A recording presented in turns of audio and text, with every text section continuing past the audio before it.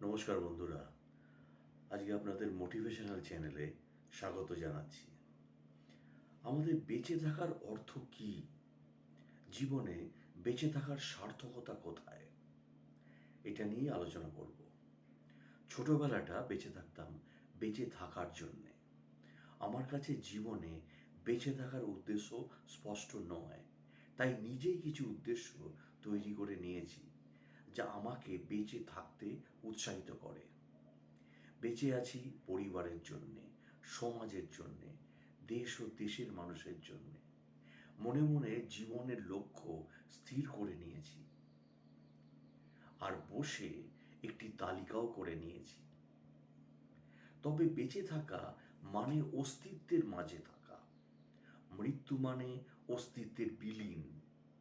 এই যে একটা অনুভূতি, এটাই হয়তো বেঁচে থাকার প্রেরণা। এই প্রেরণা আমাদের জেনেটিক সম্পত্তি। আমাকে বাঁচতে হবে, সবসময় মনে প্রেরণা জোগাতে হবে। প্রকৃতি চায় বংশধর, এই জন্যে বিভিন্ন লোভনীয় সময়ও দিয়েছে সে। এমন কিছু অনুভূতি যা কিছু করতে গেলেই পাওয়া সম্ভব। তাই প্রকৃতিতে নিঃস্ব হওয়ার সম্ভাবনা থাকে না। মানুষ যেহেতু বুদ্ধিমান, তাই ইচ্ছে করলে নিজের অস্তিত্বের সর্বনাশও করতে পারে। কিন্তু তাই আমার কাছে মনে হয় বেঁচে থাকার অর্থ শুধু খাওয়া দাওয়া ঘুমানো নয়। বেঁচে থাকার অর্থ মানে নিজে বেঁচে থাকতে এমন কিছু করা যেটার আজীবন মানুষের মনের মধ্যে বেঁচে থাকবে। বাস্তব অভিজ্ঞতা থেকে বোঝাতে গেলে একে অপরের প্রতি নির্ভরশীলতার কথা বলতে হয়। আমরা সবাই কোনো না কোনোভাবে একে অন্যের উপরে নির্ভরশীল। তাই আমাদের থেকে এমন কোনো দুর্বল, অসুস্থ ও নিপীড়িত ব্যক্তি উপকৃত হতে পারে, যা আমাদের সুখ এনে দেবে জীবনে।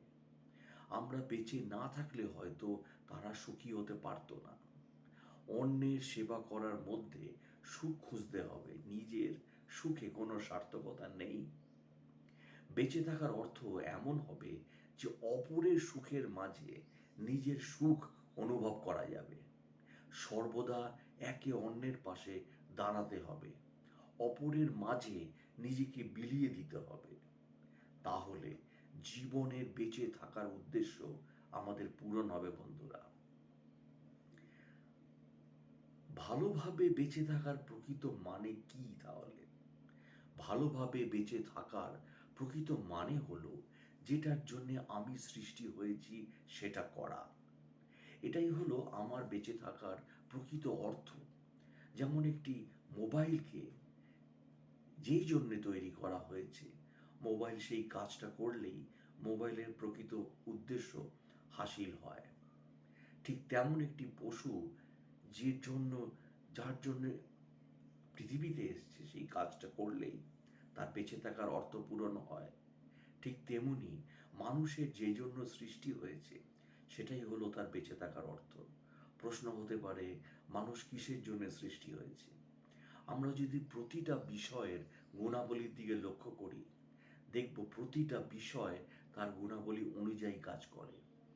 সাপ তার গুণাবলী অনুযায়ী দংশন করতে পারে, ছাগল তার গুণাবলী অনুযায়ী ঘাস খায়, বাঘ তার গুণাবলী অনুযায়ী অন্য প্রাণীদের উপরে হামলা করে এবং তাদেরকে খেয়ে ফেলে। তো মানুষের গুণাবলী কি? চিন্তা করা, সমস্যার সমাধান খোঁজা, শিক্ষা অর্জন করা, সঠিক জিনিসটাকে খুঁজে বের করা, ভিন্ন ভিন্ন বিষয় নিয়ে চিন্তা করার, নিজের অস্তিত্ব নিয়ে চিন্তা করা। এরকম করতে করতে মানুষ একটা জায়গায় গিয়ে পৌঁছাবে। সেটা হলো আমাকে কেন সৃষ্টি করা হয়েছে তার উত্তর পাবে সে। মানে সে তার গুণাবলী ব্যবহার করে তাকে কেন সৃষ্টি করা হয়েছে, তার জীবনের প্রকৃত উদ্দেশ্য কি, সেটা সে জানতে পারবে এক সময়। সে তখন সেটা জানতে পারবে, তখন সেটা হলো তার বেঁচে থাকার মানে। তাই জীবনের কিছু কিছু পর্যায়ে আপনার এই বাস্তব অভিজ্ঞতা হবে। এই সহজ প্রশ্নটি অনেকেই করে থাকে, মনে রাখতে হবে। এই দুনিয়ায় আসার নিয়ম আর যাওয়ার নিয়ম কিন্তু একই রকম আছে। এখানে নানা ধরনের মানুষের বসবাস, আর তাদের কারণেই আমরা বেশি প্রভাবিত হই।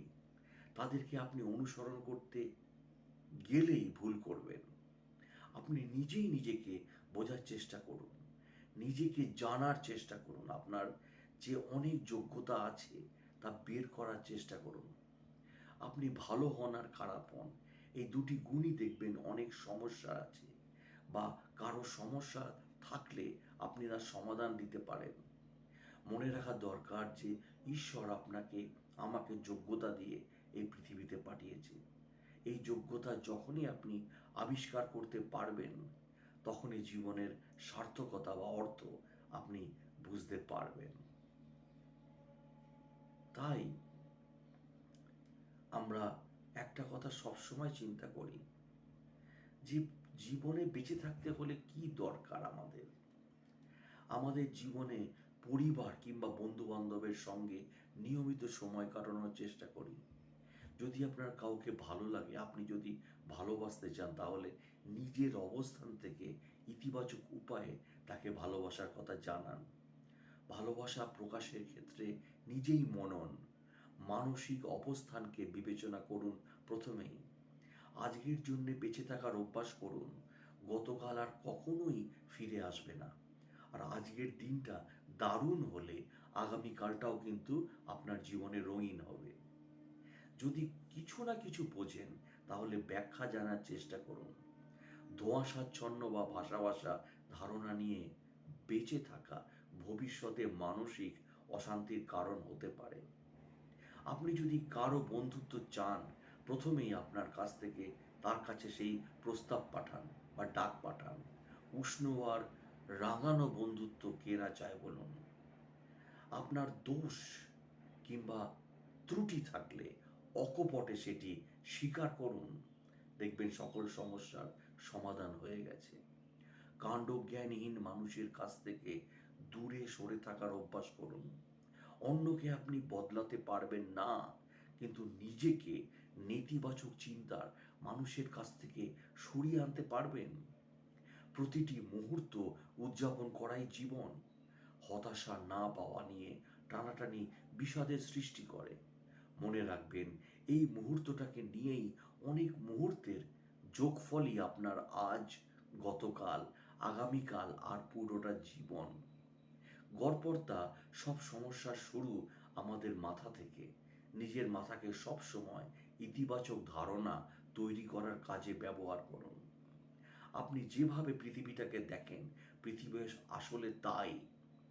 আয়নায় নিজের হতাশার চেহারা দেখলে যেমন হতাশ হয়ে যাই আমরা, পৃথিবীও তেমন। আপনি ইতিবাচক থাকলে পৃথিবী ইতিবাচক হবেই। তাই জগতে জন্ম আছে, মৃত্যু আছে। মৃত্যুর ভয়টা জন্মের সাথে সাথে চলে, সেটা আমরা সকলেই জানি। তাই আমরা অনেক সময় আমরা মৃত্যুর কথাটা স্মরণে থাকে না। ভাবি আমি চিরকাল থাকবো বা বাঁচবো, কিন্তু মৃত্যু তখন ভয় দেখায়। যখনই দেখায় তখনই শঙ্কিত হয়ে পড়ি, বাঁচার জন্যে আকুলি বিকলি করি। ভয়টা কেটে গেলে আবার চিরজীবনের স্বপ্নে বিভোর হয়ে থাকি। তবে মৃত্যুর ভয় যখনই সামনে হাজির থাকে না, বাঁচার তাগিদ তখনই রেহাই দেয় না। ঘাম ঝরাতে থাকে আরও একটু সুখে বাঁচার জন্যে, পরিশ্রমে। শুধু বেঁচে থাকে তখন স্বাদ মেটে না। সুখে আর দুঃখেও, বা আরও সুখে বাঁচার আকাঙ্ক্ষা আরও শ্রমের, আরও বুদ্ধির ব্যবহারের দিকে ঠেলে দেয় আমাদের। ক্রমান্বয়ের অধিক সুখের নেশা সুখের ভাণ্ডারে ফাটল ধরায়। কষ্টে অর্জিত সুখমৃত কখনোই চাহিদার কলসি পূর্ণ করতে পারে না। দিন আসে দিন যায়, দিনে দিনে আয়ু ক্ষয়। শুধুমাত্র নিজের সুখের নেশায় মত্ত হয়ে ওঠে বহু কাজ, বহু পরিকল্পনা নিয়ে। সময় কখন ফুরিয়ে আসে খেয়াল থাকে না আমাদের, খেয়াল রাখার অবসরই পাওয়া যায় না। তখন জন্ম মৃত্যু জরা বিপত্তি যেন ভয় দেখাবার সময় পায় না। সুখের মোহ মদিরা উন্মত্ত প্রায় করে তোলে, আরো আরো জাগতিক সুখের আশায়। এদিকে সুখের স্বপ্ন অলীক হয়ে যায়। বাল্য, যৌবন, প্রৌঢ়ত্ব, বার্ধক্য নাটকের এক এক দৃশ্যের মতো দ্রুত সরে গিয়ে মাঝরাতের অন্ধকারে জীবনের যবনিকা নেমে আসে। ঘরে ফেরার পথ খুঁজে পাওয়া যায় না। দ্বন্দ্ববহুল নাটকের ঘাত প্রতিঘাতের রেশ আঘাত আত্মার শেষ সম্বলটুকু হয়ে থাকে। এই তো বেশিরভাগ জীবনের জবানবন্দি। তাই জীবনের মানে খোঁজা প্রয়োজন সময় থাকতে, যখন জীবনের নতুন মোড় নেওয়ার শক্তি থাকে। একমাত্র মানুষই পারে তার জীবনের গতিকে ফেরাতে, স্বনির্বাচিত পথে তাকে চালনা করতে। জীবনের লক্ষ্য একটাই থাকলেই তবেই কোনো বিষয় বা বিশেষ পথে নিজেকে নিয়ে যাওয়া মানে হয়। লক্ষ্য স্থির হতে পারে উদ্দেশ্য জানলে, কিসে জীবনের সার্থকতা তা বুঝলে। বহু জীবন দেখে শেখা দরকার।